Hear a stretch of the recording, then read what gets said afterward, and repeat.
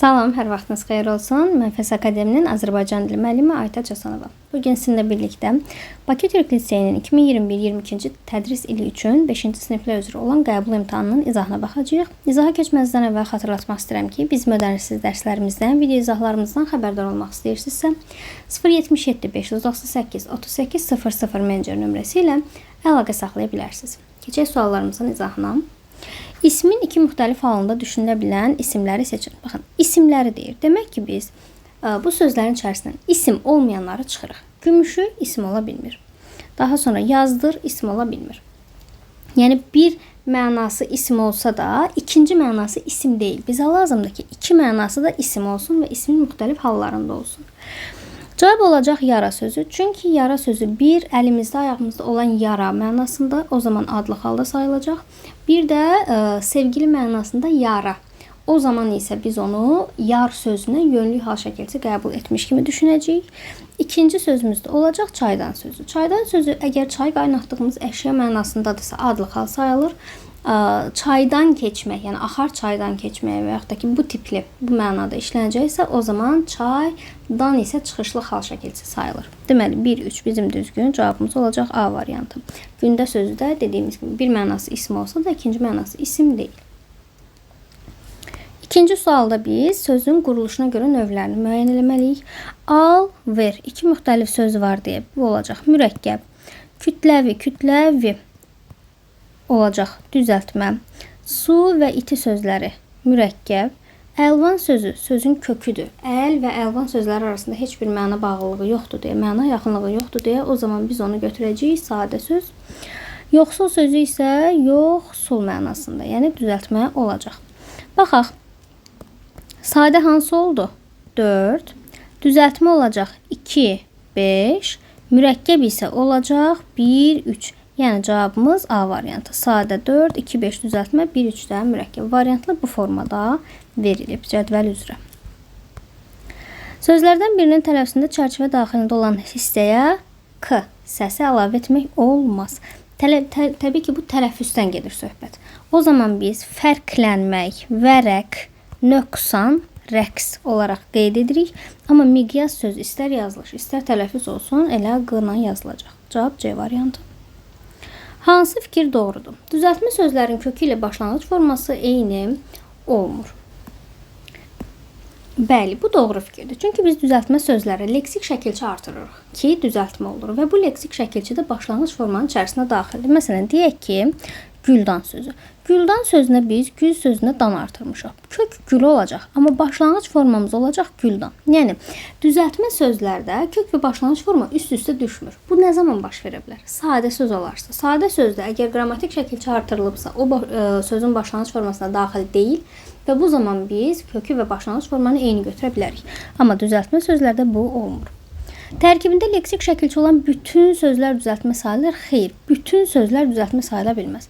Məsələn, xoş, bəxt, lik sözü. Burada lik şəkilçisinə görə bəzən şagirdlər bunu düzəltmə söz götürürlər. Amma biz xoş və bəxt sözlərinin ayrı-ayrı iki sözün birləşməsini görürük deyə bunu götürəcəyik mürəkkəb. Yəni, harada leksik şəkilçi gördüksə biz onu düzəltmə götürmürük. Əvvəlcə baxmalıyıq, diqqət etməliyik. Eyni köklü sözlər eyni bir kökdən əmələ gələn düzəltmə və mürəkkəb sözlərdir. Düzəltmə sözlərdir, bəli, amma mürəkkəb sözlər eyni köklü sözlər sayıla bilməz. Eyni köklü sözlərin ilk şərti budur ki, sözlərimiz mütləq düzəltmə olmalıdır. Bu da səhv fikirdir.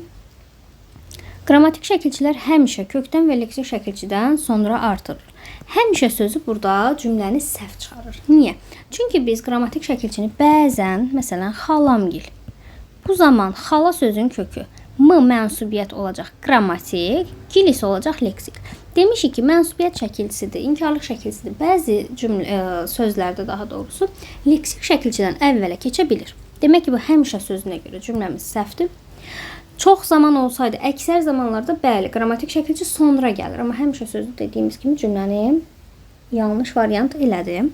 Mürəkkəb sözün tərkibi iki düzəltmə sözdən ibarət ola bilər. Bəli, məsələn, soyuqqanlı sözdür. Soyuq düzəltmə sözdür, qanlı sözdür düzəltmə sözdür.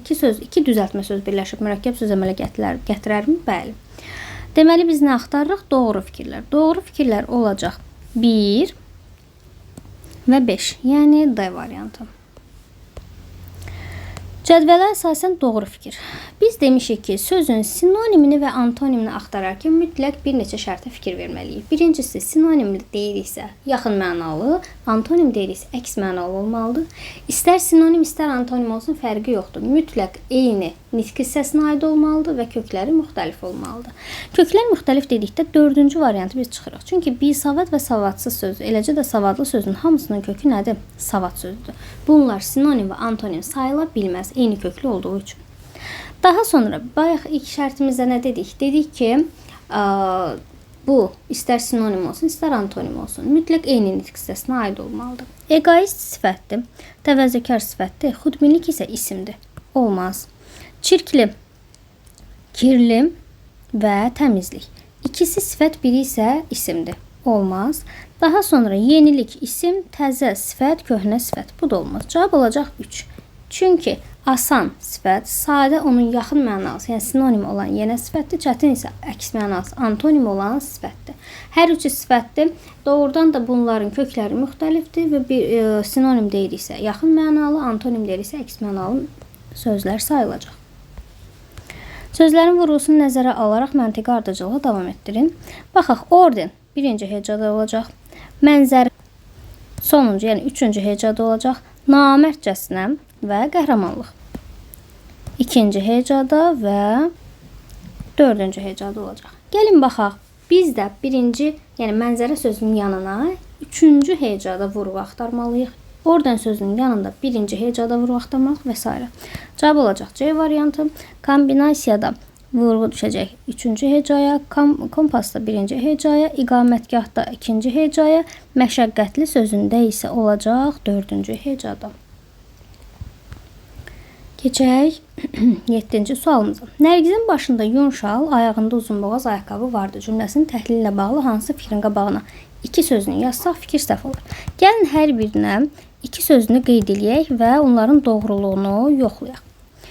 İki yerli halda olan isim işlənib. Başında, ayağında. Doğru fikirdir. Bu doğru olar, yanlış olmaz. İki mürəkkəb söz işlənib. Uzunboğaz, ayaqqabı. Bəli, doğrudur. İki adlı halda olan söz işlənmişdir. Adlı halda olan isim işlənib. Baxaq. Yun, şal, ayaqqabı. 3 hal var. 3 adlı halda olan isim var. Deməli bu üçüncü cümlə yanlışdır. Yun sözünü niyə görə biz necə sualına cavab verdiyi halda isim götürürük? Çünki demişik ki, metal, material bildirən isimlər cümlə tərkibində necə sualına cavab verirsə də qrammatik cəhətdən biz onu isim götürməliyik. 2 adi dərəcədə olan sifət işlənmişdir. Baxaq. Bir dənə sifətimiz var, o da uzunboğaz. Yun sözü sifət deyil deyə bu da yanlışdır. Burada 1 olmalıdır əslində. Demək ki, səhv olan 3 ilə 4 olacaq. Cavabımız C variantı. Cədvələ əsasən doğru olanları müəyyən edin. Yerindən asılı olaraq kiçik hərflə yazılanlar, yəni ki, bunu biz həm ümumi isim, həm xüsusi isim kimi işlədə bilməliyik və isim götürməliyik. Yerindən asılı olmayaraq həmişə böyük hərflə yazılanlar, yəni yalnız və yalnız xüsusi isim kimi işlənməlidir bunlar. İsim dediyi üçün nazlı sözünü çıxırıq. Yasəmən sözü gül adı olaraq ümumi isim, insan adı olaraq xüsusi isim sayılır. İkincidən isə biz yalnız xüsusi isimləri seçirik deyə əziz sözü sifət olaraq kiçik hərflə yazılır. Adil sözü də eləcə isim olaraq, daha doğrusu sifət olaraq kiçik hərflə yazılacaq. Amma Həsən sözü istər cümlənin əvvəlində, ortasında və sonunda harda gəlir gəlsin mütləq böyük hərflə yazılmalıdır həmişə. 1 və 5 cavabımız olacaq E variantı. Nöqtələrin yerinə uyğun gələn hərflər. Elimizdə, obamızda kəlağayı örtmək bir adət idi. Kar, güzar olmusan, müxbir olmusan, ey qoca müəllim, ey möhkəm insan. Ulduzlar sistemi galaktika adlanacaq. Cavabımız olur C variantı. Cümlələrin birində sifətin çoxaltma dərəcəsinə aid nümunə verilmişdir. Yadda saxlayın ki, tünd sözü, açıq sözü nə zaman ki rənglərlə işlənəcək, o zaman biz onu çoxaltma və azaltma dərəcəsinə götürəcəyik. Amma tünd sözü, tünd çay olsun, tünd xasiyyət olsun, tünd məcaz olsun, fərqi yoxdur. Bu birləşmələrin heç biri çoxaltma dərəcəsi sayılmaz. Mütləq nə yazılmalıdır? Rəng olmalıdır. Eləcə də açıq sözü. Ona görə də cavabımız olacaq D variantı. Tünd, göy. Çoxaltma dərəcəsi sayılır. Altına xətt çəkilmiş sözü qarşı xanadakı sözlə əvəz etsək, hansı sırada amonim frazoloji birləşmə yaraşmaz? yaranmaz daha doğrusu. Cana gəlmək, söz vermək, yola düşmək, ürəyə getmək və başa vurmaq. Başa vurmaq, bir işi bitirmək, birinci mənası. İkinci mənası isə elədiyimiz yaxşılığı kiməsə təkrar xatırlatmaq, yəni onun başına vurmaq, başına qaxanc etmək. Demək ki, burada iki məna olduğu üçün amonim sayılar, hər iki mənası məcazidir. Bizə nə lazım idi? Frazoloji amonimdə əsas şərt budur ki, hər bir mənası onun frazoloji birləşmə, yəni məcazi məna olmalıdır. Ürəyə getmək. Ürəyə getmək biri özündən getmək, xoşunu itirmək mənasında, ikincisi isə xoşu gəlmək, bəyənmək mənasında olacaq. Bu da yenə də hər iki mənası məcazi olduğu üçün amonim frazoloji birləşmə sayılar. Daha sonra söz vermək. Söz vermək, vəd vermək bir mənası. Məclisdə kiməsə danışmaq üçün söz vermək, bu da onun ikinci mənası. Məcazidir hər ikisi. Cana gəlmək, sağalmaq mənasında cana gəlmək, bir də bezmək mənasında. Bunların hər biri məcazi olduğu üçün amonim sayılacaq. Amma işə düşmək. Əgər daha doğrusu işə düşməyi yola düşməklə əvəz edirik. Yola düşmək. Əgər ki, maşının yola düşməyi, yəni getməyi deyiriksə, bu məcazi mənadır, frazoloji birləşmədir. Amma bizim əlimizdən nəyinsə yerə düşməyi, yola düşməyi deyəcəksə, o zaman o həqiqi məna sayılacaq və amonim frazoloji birləşmə yaratmayacaq. Çünki demişik ki, frazoloji birləşmə biri həqiqi, biri məcazi olduqda amonim sayılmaz. Hər ikisi məcazi məna sayılmalıdır. Tribuna sözünün üzərinə vurğu düşən sair aşağıdakı sözlərdən hansında uzun tələffüz olunur? Vurğu o'ya düşür və uzun tələffüz olunacaq hökumət sözündə. Yəni 12-ci sualda cavab olacaq C variantı. 13-cü sual, rəqəmlərin yerinə ardıcıl olaraq hansı ifadələr yazılmalıdır? Baxaq, deməli təmsil sözü biri təqdim etmə, göstərmə mənasında, biri də nəsihətamiz əsər olacaq. Zilləmək və şaqili sözlərin yerinə biz dik yaza bilərik, hər ikisinə uyğun gələn. Yarı sözü isə təm bölünmüş iki hissədən ibarət, iki hissədən birini biz yarı olaraq götürərik, bir də yarımaq, yəni xoşbəxt olmaq mənasında. Ona görə də cavabımız olacaq C variantı. Cümlələrin biri yiyəli hallı isimlə başlayır. Baxın, konkret olaraq isim verir bizə. Ac, yoxsul, cahil, xəsis. Bunların hamısı sifətdir. Ola bilər ki, yiyəli hal şəkilçi qəbul etsin, amma sifətdir. Yəni biz onun nitq hissəsi olaraq dəyişə bilmərik. O isimləşmiş sayıla bilər, amma isim ola bilməz. Cavab olacaq C variantı. Cavanlıq sözü isimdir və yiyəli hal şəkilçisi ilə işlənir. Sonuncu hecası iki leksik şəkilçidən ibarət olan. Baxaq, əvvəlcə biz sonuncu hecaları tapmalıyıq. Ayaqlaş, savadlan, anlat, toplaş, soyuducu. Nə axtarırıq? İki leksik şəkilçinin birləşməsi. Cuda bir leksik şəkilçi var. Daha sonra qalır laş, lan, lat şəkilçiləri. Biz demişik ki, ıntı, inti, untu, üntü. Daha sonra lan, laş və it, it, ut, üt. Bu şəkilçiləri biz ya bütövlükdə leksik şəkilçi kimi götürməliyik, ya da bunları biz bəzi hallarda iki leksik şəkilçiyə ayıra bilərik. Bunun da qaydası necə idi? Bu şəkilçiləri ayırırdıq. Məsələn, ıntını ortadan ayırırıq, lanı, laşı və ıtı. Əgər ortaya magmək artıra biliriksə, o zaman biz onu bütövlükdə, daha doğrusu artıra biliriksə, ayrı-ayrı iki leksik kimi götürəcəyik. Artıra bilmiriksə, bütövlükdə bir leksik olacaq. Məsələn, savadlan sözünü. Ayırırıq bunu, mag artırıram. Savadlamaq deyə sözümüz yoxdur deyə bunu biz bütövlükdə götürəcəyik. Ayaqlamaq və ayaqlaşmaq ayıra bilərik. Amma demişdik ki, ayaqlamaq və ayaqlaşmaq sözləri arasında məna bağlılığı yoxdur. Ona görə də onu götürə bilmərik. Ayrı-ayrı götürə bilmərik. Mag artırsaq belə, o zaman bütövlükdə olacaq. Daha sonra burada lat şəkilçisini biz bölə bilmərik. Niyə? Çünki orada lat şəkilçi deyil.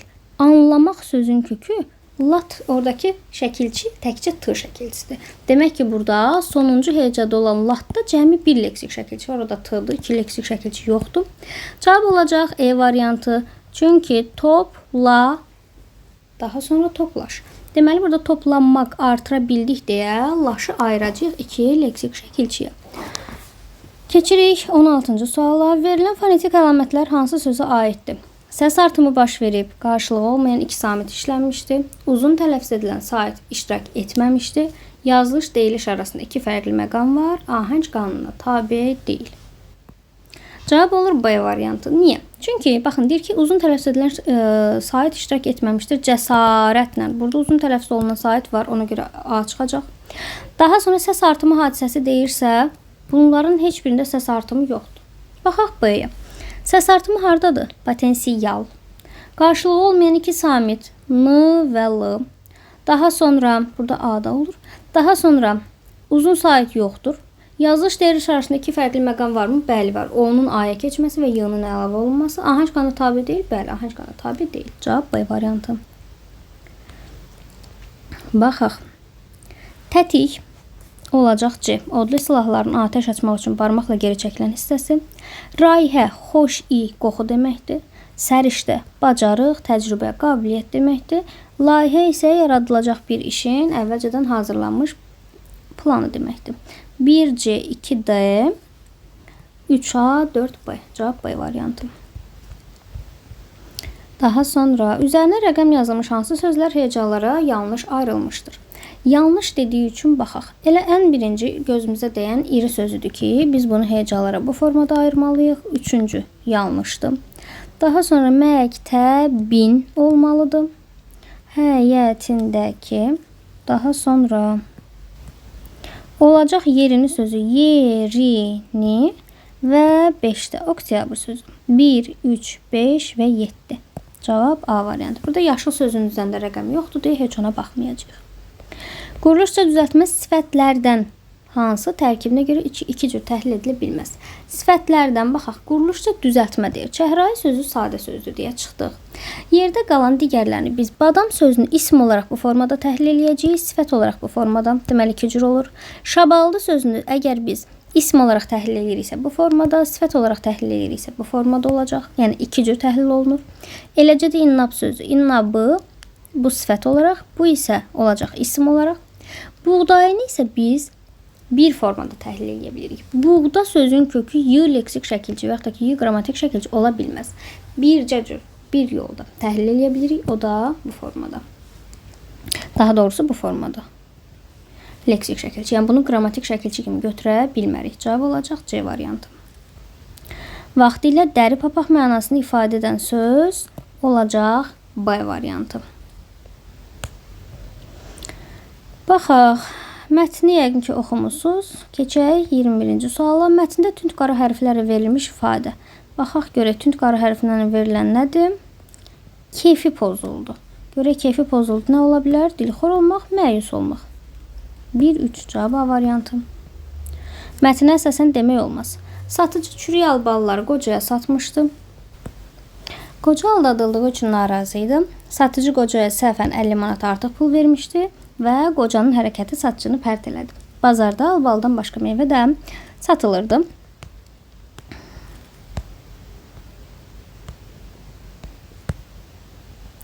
Üçüncü sual. Nöqtələrin yerinə uyğun gələn fikri seçin. Baxaq. Nöqtələrin yerinə baxaq görək nədir uyğun gələn? Aha. Oğul, bu albalıları səndən almışam. Daha sonra deyir ki, evə gedəndə gördüm ki, bunların yarısı çürükdür. Görək nə olacaq? Göz qabağına yaxşılarını seçib qoymuşdum. Evə gedəndə gördüm ki, yarısı çürükdür. Cavab B variantı. Çərçivə daxilində verilmiş sözə əsasən doğru fikir. Çərçivə daxilində verilən söz əsəbini cilovlamaqdır. Cilovlamaq bir əsəbini, hisslərini cilovlamaq olacaq. Bir də atı cilovlamaq ola bilər. Bizim mətnimizdə məcazi məna olan əsəbini cilovlamaqdan söhbət gedir. Deməli, biz də məcazi məna axtarırıq və hisslərimizi cilovlamaqdan danışmalıyıq. Baxaq, birinci də əsəblərini cilovlamaq. Bu bizim mətnimizə uyğun gəlir və doğrudan da məcazi mənadadır. Vəzir atını cilovlamaq. Atını cilovlamaq bizim mətnimizə uyğun gəlmir və bu məcazi yox, həqiqi məna olacaq. Deməli ki, səhvdir. 3-də baba hissini cilovlayıb. Hisslərini cilovlamaq bizim mətnimizə uyğun gəlir. Amma həqiqi mənada yox, məcazi mənada olmalıdır. Səhvdir. Nəbi atını cilovlayır. Bu həqiqi mənadadır. Düzdür, amma bizim mətnimizə uyğun gəlmir. Atın cilovu onun əlindən çıxmışdı. Bu olacaq məcazi yox, həqiqi məna. Bu da səhvdir. Deməli, cavab 1 olacaq. Yəni A variantı həm bizim mətnimizlə eyni mənadadır, həm də mənası məcazi olaraq düzgün qeyd olunacaq. Biri mətnin tərkib hissəsinin planı ola bilməz. Satıcının cömertliyi. Çünki satıcı cömert deyil. Cömert ürəyə açıq, ələ açıq, ürəyi geniş mənasındadır. Satıcı isə insanları aldadan biridir. Ona görə də cavab B variantı. Bugünlük bu qədər. Əgər video sizin üçün yararlı oldusa, videonu bəyənməyi, paylaşmağı, fikirlərinizi rəy bölməsində bizimlə bölüşməyi unutmayın. Bugünlük bu qədər. Gələn videolarda görüşənə qədər. Hələlik.